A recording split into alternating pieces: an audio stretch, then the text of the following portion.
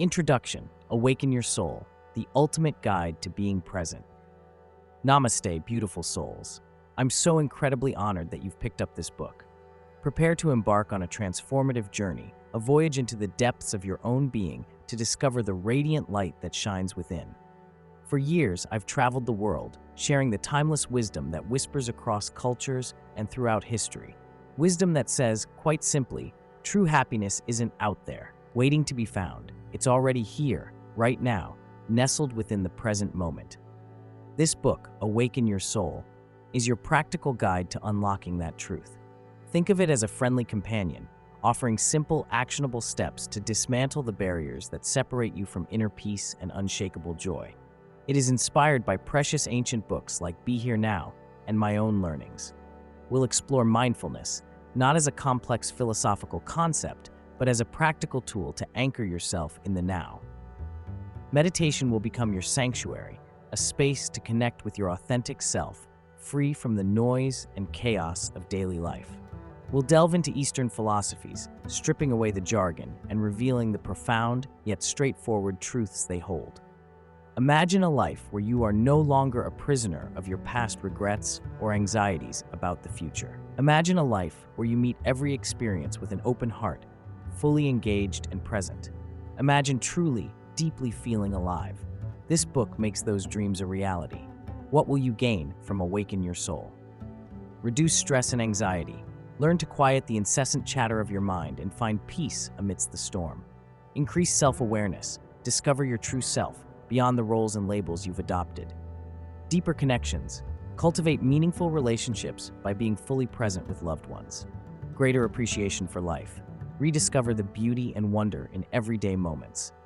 Enhanced creativity and intuition. Unlock your inner wisdom by connecting to your inner source. This isn't just a book to read and forget. Awaken Your Soul is a guide to live by, a constant reminder to come back to the present, to breathe and to be. Take a deep breath. You ready? Let's begin. The introduction sets the stage for the timeless truths we're about to uncover in this scripture. Each chapter holds insights that are life-changing and deeply relevant. Subscribe now to explore these lessons and join a community dedicated to spreading wisdom. Together, let's embark on this enlightening journey. Chapter 1, The Illusion of Time. Why now is all that matters. Friends, brothers, sisters, welcome. Let's dive into something truly profound, something that has the power to change your life utterly.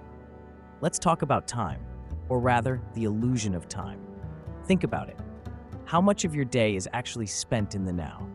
Are you replaying an argument from yesterday, wishing you'd said something different? Or are you worrying about a presentation next week, fretting about what might happen? We're all guilty of it. Our minds are like time-traveling machines, constantly jumping between the past and the future.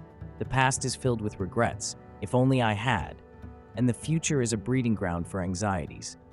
What if this happens? But where are you really living when you're lost in these thoughts? You're not here, are you? You're missing the sunrise, the taste of your coffee, the laughter of your children. You're missing your life. Imagine you're driving a car. If you're constantly looking in the rearview mirror, the past, or staring into the GPS, the future, you are not paying attention to the road leading you to your destiny. This doesn't mean the past and future are bad. They're important. We learn from the past, and we plan for the future. The problem arises when we get stuck in them, when we let these mental time travels steal our attention from the present moment. Why is the now so important? Because it's the only thing that's real. The past is gone. It's a memory.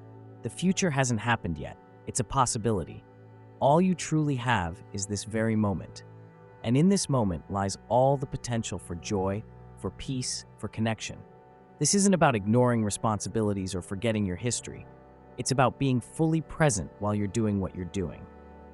If you're washing dishes, wash dishes with all your attention on the feel of the water, the scent of the soap.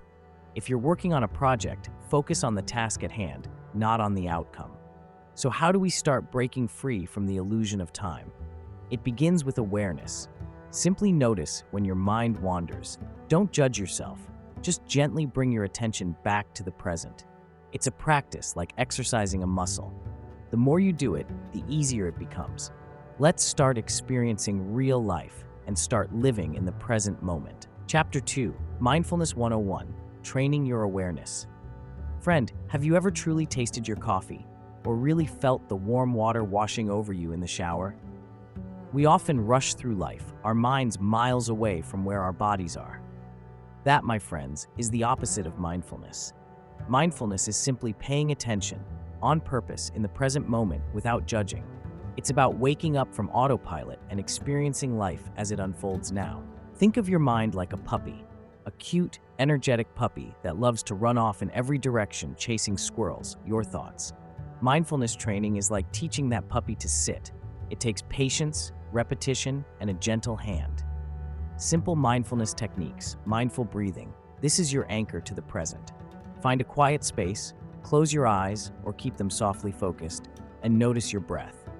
The rise and fall of your chest, the cool air entering your nostrils, the warm air leaving. When your mind wanders, and it will, gently guide it back to your breath. Example, stuck in traffic? Instead of getting frustrated, focus on your breath. Inhale deeply, exhale slowly. You can even count. Inhale for 4, hold for 1, exhale for 6. Body scan meditation. Lie down or sit comfortably. Bring your awareness to your toes. Notice any sensations, tingling, pressure, warmth, coolness. Slowly move your attention up your body, noticing the sensations in each area, feet, ankles, calves, thighs, etc. If you encounter pain or discomfort, acknowledge it without judgment. Simply observe. Example, feeling stressed at work? Close your eyes and quickly scan your body. Notice the tension in your shoulders, your jaw. Simply acknowledge it without trying to fix it. Sometimes just bringing awareness is enough to release some tension. Mindful walking.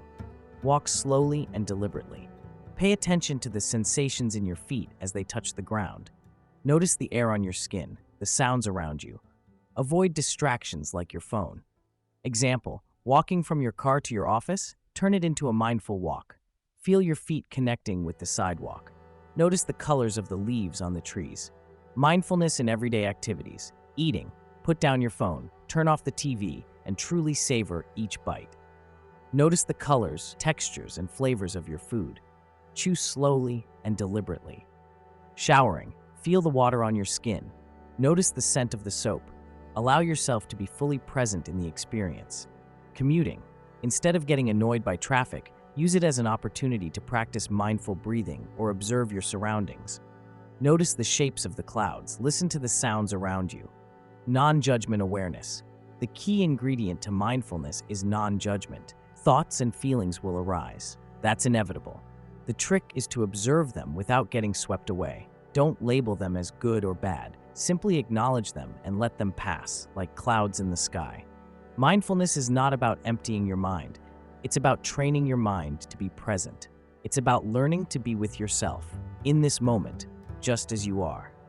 Start small, be patient, and remember that every breath is a new opportunity to practice. It is learning to live, be here now. Chapter 3, Meditation, your daily reset button. In our busy lives, we often feel overwhelmed. Thoughts race, stress builds, and we're dragged in a million directions. Meditation is your daily reset button, a way to clear the noise and find peace within. Think of your mind as a snow globe. When shaken, it's a chaotic blizzard. Meditation allows the snow to settle, revealing the clear water underneath. That clear water is your true self, your inner peace. There are many ways to meditate. Guided meditation is like having a friendly guide lead you through a peaceful landscape. You listen to a voice, and it gently guides your thoughts and feelings. Silent meditation is simply sitting in quiet and observing your breath and thoughts. It is a powerful tool to train your mind to stay grounded. Loving kindness meditation focuses on cultivating feelings of love and compassion for yourself and others. A common challenge for beginners is a wandering mind. Don't worry, that's normal. The point isn't to stop thoughts, but to notice them without judgment. When you realize your mind has wandered, gently bring your attention back to your breath or the guide's voice. Think of it like training a puppy. It will run off, but you gently guide it back. With practice, the puppy learns to stay closer. The key is consistency. Even 5 minutes a day can make a huge difference. Find a quiet space, set a timer, and sit comfortably. Treat it as an important appointment you make with yourself. Meditation isn't about escaping life, but about connecting to it more deeply. It's about pressing the reset button each day so you can approach the world with a clear mind, a calm heart, and a renewed sense of purpose. Chapter 4. The Power of Observation. Becoming a witness to your thoughts. Friends, how often are you swept away by your thoughts? One minute, you're fine. The next, you're lost in worry about the future or regret about the past. This is because we usually identify with our thoughts. We believe they are us. But what if I told you there was a way to step back, to see your thoughts as simply thoughts? This is the power of observation, the ability to become a witness to your own mind.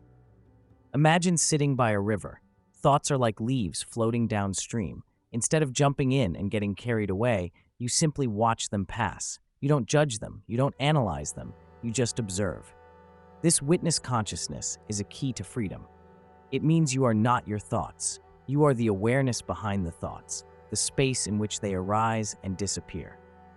How do we cultivate this? Through practice. Try this simple exercise. Close your eyes for a few moments. Focus on your breath. Now allow thoughts to come and go. Don't try to stop them, just notice them. Label them, thinking, remembering, worrying, and then gently bring your attention back to your breath. This doesn't mean emptying your mind. It means creating space between you and your thoughts. Over time, you'll notice patterns, recurring worries, self-critical thoughts. Here's a real-world example. Imagine you're stuck in traffic. Frustration is building. Normally, you might get angry, honk your horn, and spiral into negativity. But with practice, you can observe, oh, I'm feeling angry. You acknowledge the emotion without letting it control you. This simple act of observation creates a space for a different response. You might decide to turn on some music, or just to breathe deeply and accept that the traffic is there and feeling angry won't change the situation. Becoming a witness takes practice, but the rewards are immense. You'll gain a sense of calm, clarity, and the ability to navigate life's ups and downs with greater ease.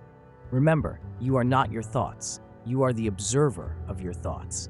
And in that observation lies your power. Chapter 5. Acceptance. Embracing what is without resistance. Namaste. Close your eyes for a moment. Take a deep breath. Feel the air entering your lungs, the weight of your body against the chair. This is the present, and it is exactly as it should be. Acceptance. A simple word, yet a massive key to unlocking inner peace. Think of it as surrender, not in a defeated or weak way, but as a conscious decision to stop fighting reality. Resistance to what is creates suffering. Imagine banging your head against a brick wall. That wall is reality, and your resistance is the banging. Painful, right? Stop banging, and the pain stops. Sounds easy, doesn't it? But life throws us curveballs. A job loss, a broken relationship, a health scare. Our immediate reaction is often denial, anger, or bargaining. This shouldn't be happening to me, we cry. This resistance keeps us stuck in a loop of negativity, preventing us from moving forward. So, how do we practice acceptance? Start with a simple exercise. The next time you feel frustrated, maybe you're stuck in traffic, or the internet is down, consciously acknowledge the feeling. Say to yourself, I am frustrated. This is how I feel right now. Notice the feeling without judgment. Don't try to push it away. Simply observe it, like watching a cloud pass in the sky. Acceptance doesn't mean you have to like everything that happens. It doesn't mean you approve of injustice or bad behavior. It simply means you acknowledge the reality of the situation. You accept that this is without adding your emotional baggage on top. Think of a time you were arguing with someone. The argument escalated because you both resisted the other's point of view. What if instead, you took a deep breath and said, I understand you feel that way? That little bit of acceptance could diffuse the situation and open the door to understanding. Acceptance extends to ourselves too. We are all imperfect. We all make mistakes. Instead of beating yourself up for your flaws, try to accept them as part of your human experience. Treat yourself with the same compassion you would offer a friend. When you embrace what is, you free up energy to deal with the situation constructively. You can then take appropriate action, not from a place of anger or resentment, but from a place of clarity and peace. Acceptance doesn't equal inaction, it equals informed action. Practicing acceptance is a journey, not a destination. There will be times when you struggle, and that's okay.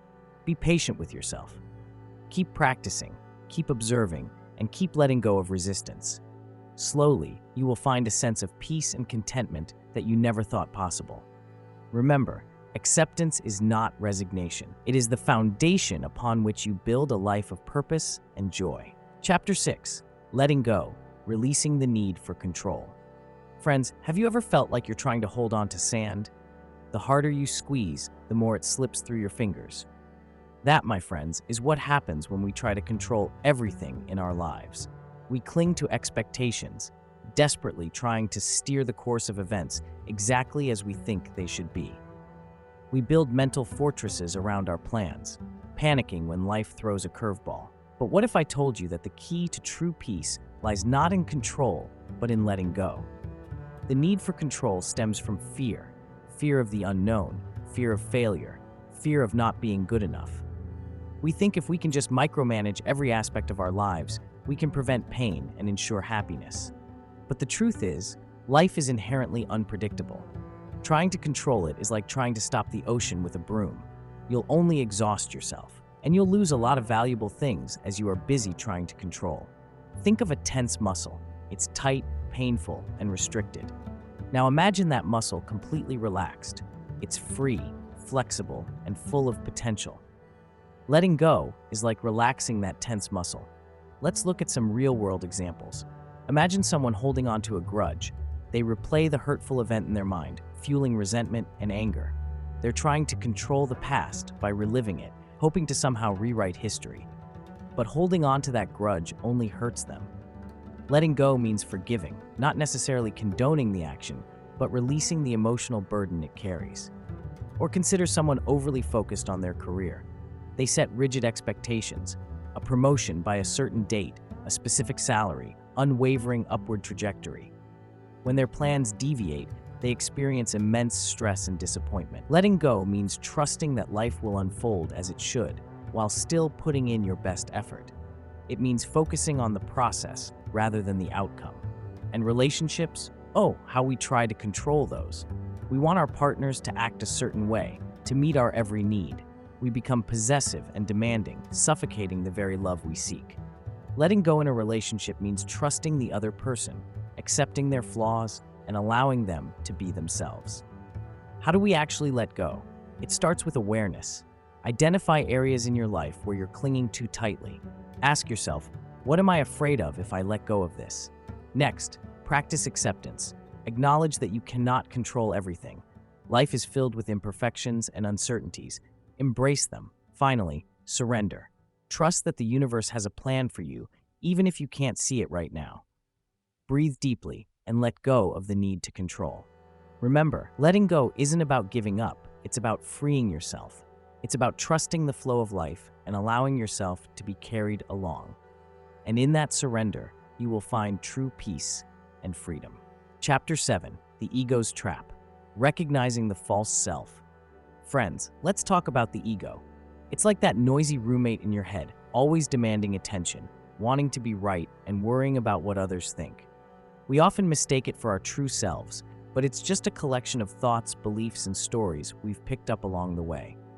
Think of it as a costume we mistakenly believe is our skin. The ego thrives on separation. It tells us, I am different, I am better or worse, and us versus them. It fuels judgment, creating divisions where none truly exist. This division keeps us from feeling the deep connection we share with everyone and everything around us. How does the ego show up in daily life? Imagine you're stuck in traffic. The ego might whisper, "This is unfair, I'm important, my time is valuable." This leads to frustration and anger. Or think about a time someone criticized you. The ego might scream, "They're wrong, they don't understand me," leading to defensiveness and hurt. The ego loves control. It believes that if it can just manipulate the world and the people around it, it will finally be happy. But happiness based on control is fleeting. It's like trying to fill a leaky bucket. It never lasts. How do we weaken the ego's grip? Humility is key. Realize that you don't have all the answers, and that's okay. Practice selflessness. Do something kind for someone without expecting anything in return. Observe your thoughts without judgment. When you notice the ego chattering away, simply acknowledge it. There's my ego again. Don't engage, just observe. Recognizing the ego is the first step toward freeing yourself from its trap. It's a journey, not a destination. Be patient with yourself, and remember that you are so much more than the voice in your head. You are a soul, connected to everything, capable of love, compassion, and boundless joy. Chapter 8. Connecting with your inner self, discovering your true nature. Friends, have you ever felt like you were lost, adrift in a sea of responsibilities and expectations? The truth is, we all do sometimes, but deep within each of us lies a compass, a guiding light pointing towards our true north. This, my friends, is your inner self. Think of your inner self as the calm center of a storm. Around it, life rages, deadlines, relationships, worries, but at the center, there's peace. Accessing this peace, understanding this true nature, is the key to a fulfilling life. How do we find this inner sanctuary? Let's explore some powerful tools. Self-inquiry. Ask yourself the big questions. Who am I, beyond my job, my relationships, my possessions? The answers won't come immediately, but the act of asking is the first step. Journaling can be a great aid in this process. Let your thoughts flow onto the page without judgment. Surprise yourself. Contemplation. Take time to simply be. Sit quietly and observe your thoughts and feelings without getting caught up in them. Imagine watching clouds drift by in the sky. Acknowledge each one, but don't try to hold on to it. Let it pass. This practice cultivates a space between you and your thoughts, allowing you to see them for what they are, fleeting and not your permanent reality. Nature's embrace. Nature is a mirror to our inner world. The rustling leaves, the vastness of the sky, the steady flow of a river, these remind us of the interconnectedness of all things and the simplicity of being. Spend time outdoors, even if it's just a few minutes in a park. Breathe deeply, observe, and listen. Let nature soothe your soul. Embrace core values and intuition. What truly matters to you? Honesty, kindness, creativity? Identify your core values. They are the bedrock of your authentic self. Pay attention to your intuition, that gut feeling that guides you. It's your inner wisdom speaking. Don't ignore it. Let your actions be aligned to your inner compass. Digital detox. In today's world, technology overwhelms almost every one of us. Constant notifications and digital connection can drown out the quiet voice of your inner self. Schedule time each day to disconnect. Turn off your phone, step away from the computer, and simply be present with yourself. You will be surprised on this digital detox. Connecting with your inner self is not a one-time event, but a continuous journey. It requires patience, self-compassion, and a willingness to look honestly at yourself. The connection between you and your inner self is going to be amazing. Remember, friends, the most profound journey you'll ever take is the journey inward. You will come out a better human being. Take it today. Chapter 9, The Universe Within, Understanding the Interconnectedness of All Things, Friends. Have you ever looked up at the night sky, at the countless stars, and felt a sense of awe? That feeling, that sense of being part of something bigger, that's a glimpse into the truth of interconnectedness. The ancient wisdom tells us that we are not separate islands. We are all threads in the grand tapestry of existence. The universe isn't just out there, it's in you. Every atom in your body was forged in the heart of a star billions of years ago. You are literally stardust, connected to everything that ever was and everything that ever will be. What does this mean in our daily lives? Think of it like this. A drop of water feels separate until it rejoins the ocean. We too feel separate until we realize we're part of something much larger. Mindfulness is key to understanding this. When you're truly present, you start to see the subtle connections. You notice how a smile can brighten someone's day, how your actions ripple outwards, affecting those around you. That's the beginning of understanding the link between mindfulness and everyone else. Now let's talk about karma. Think of karma as the echo of your actions. A kind thought, a helping hand. They create positive echoes that come back to you in unexpected ways. Hurtful words, selfish actions, they create negative echoes. Karma isn't some cosmic punishment. It's simply the law of cause and effect playing out in the interconnected web of life. Choosing to be mindful of your actions is crucial and ensures your choices align with kindness and respect. Understanding this interconnectedness helps us understand human behavior too. When someone acts out of anger or fear, it's often because they feel separated, isolated. Remembering our shared humanity allows us to respond with compassion rather than judgment. After all, their pain is, in a way, our pain. By recognizing our interconnectedness, we can move from self-centeredness to a more spacious, compassionate way of living. We start to see the world and ourselves with new eyes. The universe is not outside you. The whole drama, all the beauty, all the conflict, it's all happening within you, through you as you. Recognize it, embrace it, and understand this, and you can unlock true happiness. Chapter 10. Living authentically, expressing your true self in the world. Namaste, friends. After journeying inward and connecting with your true self, the next step is to let that beautiful, authentic self shine outwards. It's about living a life that truly reflects who you are, not who you think you should be. Think of it like this. You've spent all this time cleaning a dusty mirror, finally revealing a clear reflection. Now, you wouldn't want to cover it back up, would you? You want to see that brilliance. Living authentically is about allowing that brilliance to illuminate every corner of your life, discovering your core values. What truly matters to you?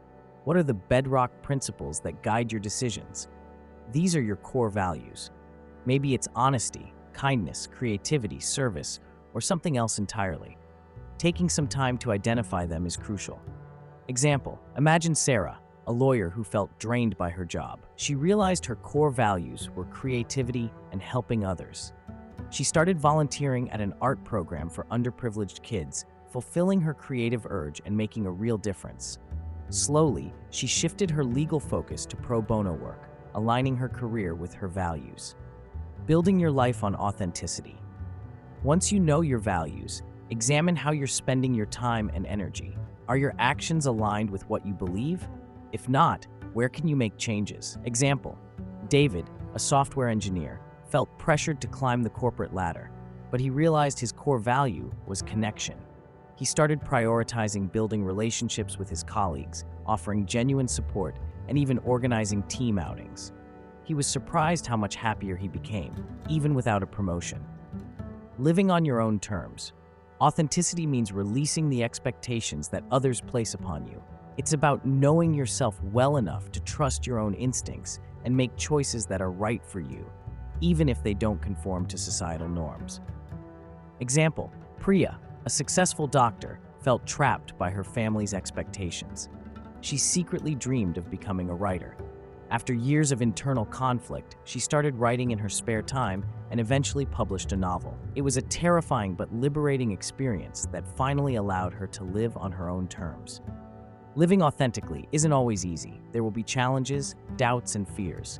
But remember, you are strong, you are capable, and you deserve to live a life that is true to yourself. Embrace the journey. Chapter 11. The importance of compassion. Extending kindness to yourself and others.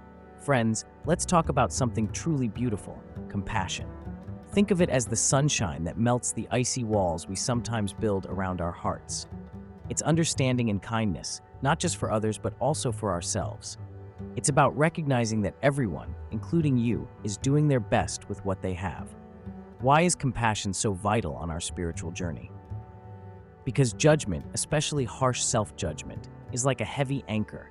It keeps you stuck in the past, replaying mistakes and nurturing feelings of inadequacy. Compassion, on the other hand, is like a freeing sail. It allows you to move forward with grace and understanding. How can we cultivate compassion? It starts with awareness. Notice when your inner critic starts to roar.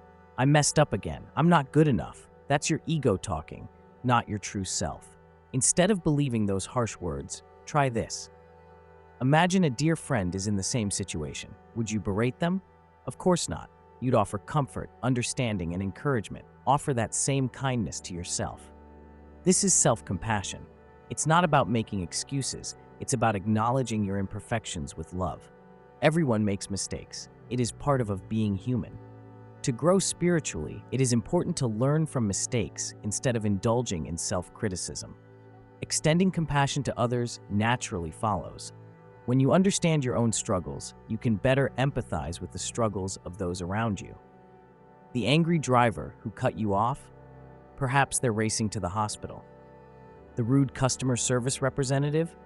Maybe they're having a terrible day. This doesn't excuse their behavior, but it allows you to respond with understanding instead of anger, protecting your peace. Compassion isn't always easy. It requires courage to open your heart, especially to those who've hurt you. But remember, hurt people hurt people. Holding on to resentment only poisons you. Forgiveness, not necessarily condoning, but letting go of the anger, can free you. Start small. Smile at a stranger. Listen to a friend who's struggling. Offer a helping hand. Every act of kindness, no matter how small, ripples out, creating a more compassionate world. Remember the interconnectedness of all things. We're all part of the same universal energy. Hurting others ultimately hurts yourself. Loving others ultimately heals yourself. So embrace compassion. It's not a weakness, it's a strength.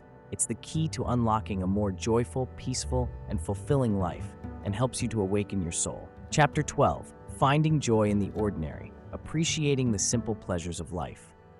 Friends, brothers, sisters, isn't it funny how we often chase happiness as if it were some elusive butterfly, always just out of reach? We dream of grand adventures, massive accomplishments, and perfect moments. But I'm here to tell you the real secret. True joy resides not in the extraordinary, but in the ordinary. Think about it. When was the last time you truly noticed the warmth of the sun on your skin? The taste of your morning coffee? The sound of your child's laughter? These are the moments that weave the fabric of our lives, the threads of gold we often overlook in our frantic rush. We've been conditioned to believe that happiness comes from external sources: a bigger house, a better job, more likes on social media. But these are fleeting pleasures, temporary highs that leave us wanting more. True joy springs from within, from an appreciation of the present moment, exactly as it is. It's about shifting your perspective. Instead of constantly searching for something more, try appreciating what you already have.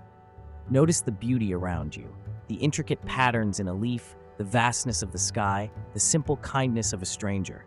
Imagine you're walking home from work, feeling stressed and tired. Instead of focusing on the negative, the traffic, the crowds, the long day, try this.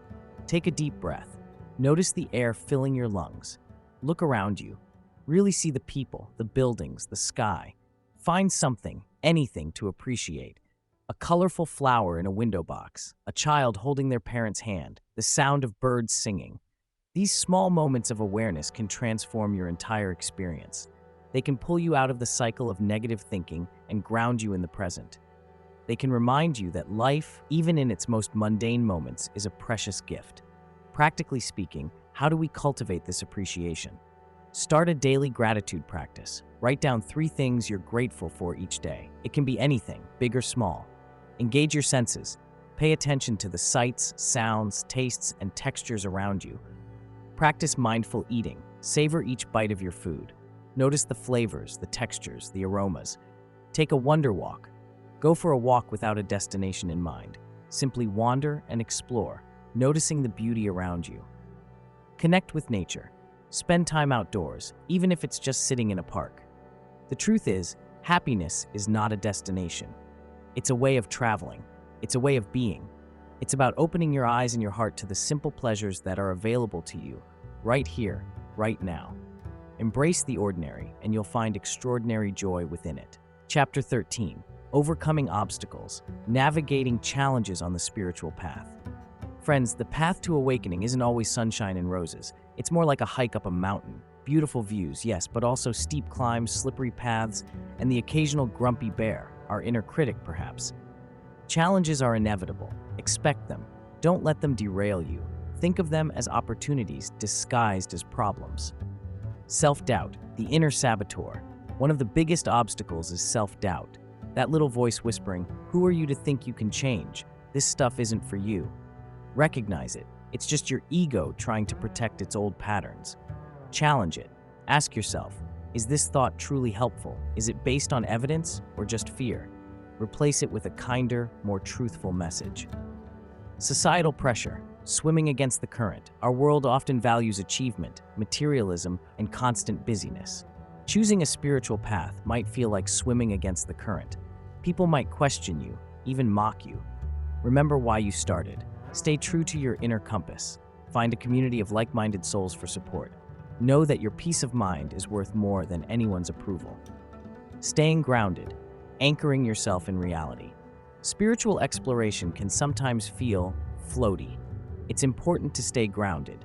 Simple things help: connecting with nature, spending time with loved ones, engaging in physical activity. These things remind you of the beauty and simplicity of the present moment. Resilience, bouncing back from setbacks.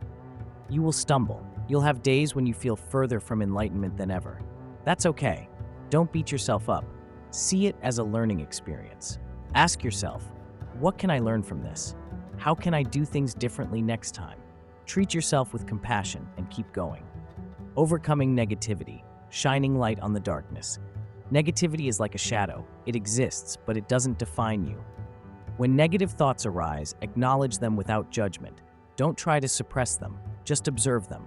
Then consciously shift your focus to something positive. Practice gratitude. Focus on the good things in your life. Actively seek out beauty and joy. Remember, you have the power to choose your focus. Imagine you're learning to ride a bike. You fall, you scrape your knees. Do you give up? No, you dust yourself off, learn from your mistakes, and try again. The spiritual path is the same. It's a journey of growth filled with both challenges and rewards. Keep practicing, keep learning, and keep believing in yourself. You've got this. Chapter 14, Integrating Spirituality into Daily Life. Living a Conscious Existence. Friends, we've journeyed together, exploring the power of presence, awareness, and inner peace. But spirituality isn't some abstract concept confined to meditation cushions or weekend retreats. It's meant to be lived, breathed, and woven into the fabric of our everyday lives. This chapter is about taking all that wisdom and making it practical. Imagine spirituality as a pair of glasses, not just something you wear sometimes, but something you wear always. It subtly changes how you see the world, how you interact with people, and how you approach challenges. Relationships, seeing the divine in others. Our relationships often become battlegrounds for ego and unmet expectations. Integrate mindfulness by truly listening to your loved ones without interrupting or pre-planning your response. See them not as fulfilling your needs, but as fellow travelers on this human journey. For example, your spouse is late and you immediately feel anger rising. Instead of letting it consume you, pause. Take a deep breath. Consider that maybe something happened beyond their control. Practice compassion. A simple shift in perspective can transform resentment into understanding. Career. Finding purpose in your work. Even the most mundane job can become a spiritual practice. Focus on the task at hand, giving it your full attention. See your work as an offering, a way to contribute to the world, however small. Perhaps you're stuck in a frustrating meeting. Instead of zoning out or getting annoyed, observe your reactions. Notice the thoughts and feelings that arise. Can you find a moment of presence, even in the midst of chaos? Can you approach your colleagues with patience and understanding, even when you disagree? Personal goals, aligning with your true self. Approach your goals with conscious intention. What motivates you? Are you pursuing something out of ego, or is it aligned with your deeper values? Use mindfulness to check in with yourself regularly. Are you honoring your needs and well-being along the way? Suppose you want to get in better shape. Instead of fixating on the perfect body, focus on the enjoyment of movement. Appreciate your body's capabilities. Listen to its needs. Make healthy choices out of self-love, not self-criticism. Living a conscious existence is a moment-to-moment practice. It's about bringing awareness to everything you do, from the grandest ambition to the simplest chore. It's about living with intention, compassion, and a deep sense of connection to something larger than yourself. The more you practice, the more natural it becomes, and the more joy, peace, and purpose you will find in the everyday moments of your life. Chapter 15, The Journey Continues, Embracing Lifelong Growth and Transformation. Friends, we've reached the end of this book, but the truth is, there is no real end. Spiritual awakening isn't a destination you arrive at, plant a flag, and say, okay, I'm done. It's a journey, a continuous unfolding, like a flower slowly blossoming. Think of it like learning a language. You might master the basics, hold conversations, even read books, but you never truly stop learning. There are always new nuances, new ways to express yourself. The same holds true for your spirit. The practices we've explored, mindfulness, meditation, acceptance, these are tools. Use them. They will get rusty if left unused. Some days you might feel enlightened, clear, and peaceful. Other days, you might feel like you've landed back at square one. Don't despair. This is perfectly normal. It's the ebb and flow of life. It's the universe reminding you to be gentle with yourself. Keep exploring. Read, listen, connect. Talk to others on a similar path. Share your experiences, both the highs and the lows. We learn so much from each other. Find a mentor, someone further along the path whose wisdom resonates with you deeply. Don't be afraid to revisit the concepts from earlier chapters. Mindfulness isn't a one-time thing. Daily life is full of chances to practice being here now. Reread this book, other books, or listen to talks. Each time you revisit these ideas, you will find something new. The path of spiritual awakening is a marathon, not a sprint. There will be hills to climb, valleys to navigate, and times when you feel lost. But remember the core message: you already are whole. The joy, peace, and wisdom you seek is already within you. So keep exploring, keep learning, keep growing. Be patient, be kind, and most importantly, be present. Your journey is unique, beautiful, and perfectly imperfect. Enjoy the ride, embrace the becoming, and remember, you are loved, you are supported, and you are exactly where you need to be right now.